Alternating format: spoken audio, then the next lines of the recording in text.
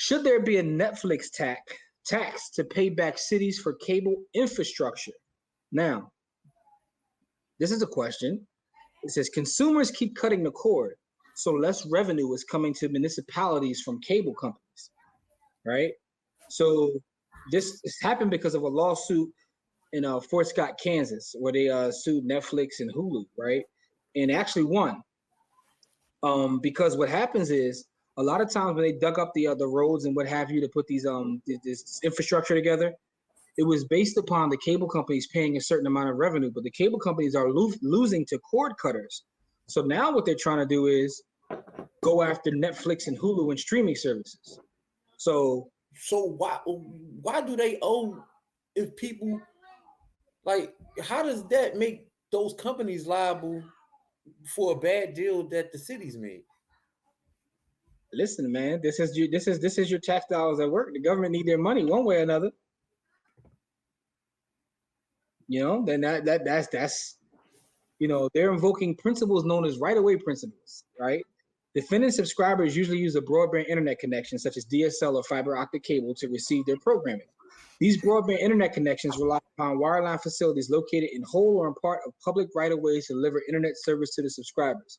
So they're using infrastructure that was paid for, you know, what they thought they were going to get back from, you know, Comcast or Verizon and as such, but now the money is flowing somewhere else. So this is interesting to see how this will play out.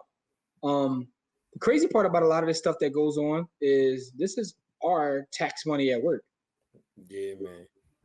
This is our tax money at work. So should there be a Netflix tax? It's funny because no one's going to agree to a Netflix tax. Not a person on God's green earth. But listen, a lot of times, like when we pay taxes, this is what they do with your taxes, right? And we don't even understand that this. Matter of fact, let me show you one more story. Y'all want to see how crazy it is out here in terms of what the government is doing with your tax dollars? Let me show you what the government's doing with your tax dollars. They're probably gonna cut my computer off again if I try to show it. They don't like me talking filthy about it. But look, this is what the government is doing with you guys' tax dollars. You guys pay your tax dollars. Look what they're doing right here. So the feds are investigating why McDonald's ice cream machines are always earlier this week. I was like, man. This is your tax dollars at work, people. The feds are looking into why McDonald's ice cream machines are always busted. I mean, maybe you guys care, maybe you don't, but that's your tax dollars right there. That's on NPR. Why are you investigating that? Like, why do you care? Yeah, man. So Jose, talk about the last story. That man hit the lottery with her without even knowing it.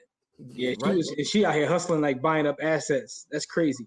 My thing is, another part of that story though, that we may not be paying for more for the service. Great point, Jose, because that's definitely what's going to happen. If they get hit with this Netflix tax, guess where that's coming to? So now think about this, right? Your tax dollars are going to create a tax that you end up paying for. You're getting taxed all over the place. Double Cities want Netflix on child support for kids that's not theirs. It says, our cable companies can use the infrastructure like Comcast and offer internet. You're already using the LEC's infrastructure.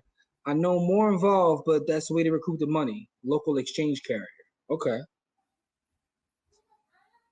Hey, they're going to make it their problem. They trying to make it their problem. They're going to make it their problem. But to Jose's point about that last story, she already knew he was a serial cheater, and she kept buying properties, understanding that they were married and that so she's smart enough to know that he has a right to it. So my thing is, why didn't you protect it by, you know, creating an entity or a trust or something at that point? At any point, you could have got a prenup and like, all right, look, anything that from this point is whatever we got now is whatever we got. You get a claim to it, and then either get a divorce and split it right there, and then move on with your life. Or, you know what I mean? Or get a prenup and be like, all right, I ain't, you know, you get no more claim to nothing. Like, she wild out. She wild out. Yeah, because she was partially trying to use him for cheap labor too. That's what it was. She knows she got a good contractor under, so she ain't gotta go searching for contractors. But that's Yeah, you she was to a trying. woman. She was also trying to get some cheap labor. She was definitely trying to get some cheap labor. Yeah, because I was looking at those prices. I was like, where the hell they at? Because you can't pay no low ass prices like that nowhere else. So that's how she got caught up. But yeah, man. So be careful out there with the Netflix, the Hulu, man. Oh man. Jose says that Shorty was digmatized and the cheap labor was the bonus. That's all it is, Jose. In the words of Fred Sanford, you big dummy. She should have divorced a long time ago. That cheap labor cost her too. That cheap labor ended up not being cheap. That's what really happened right there.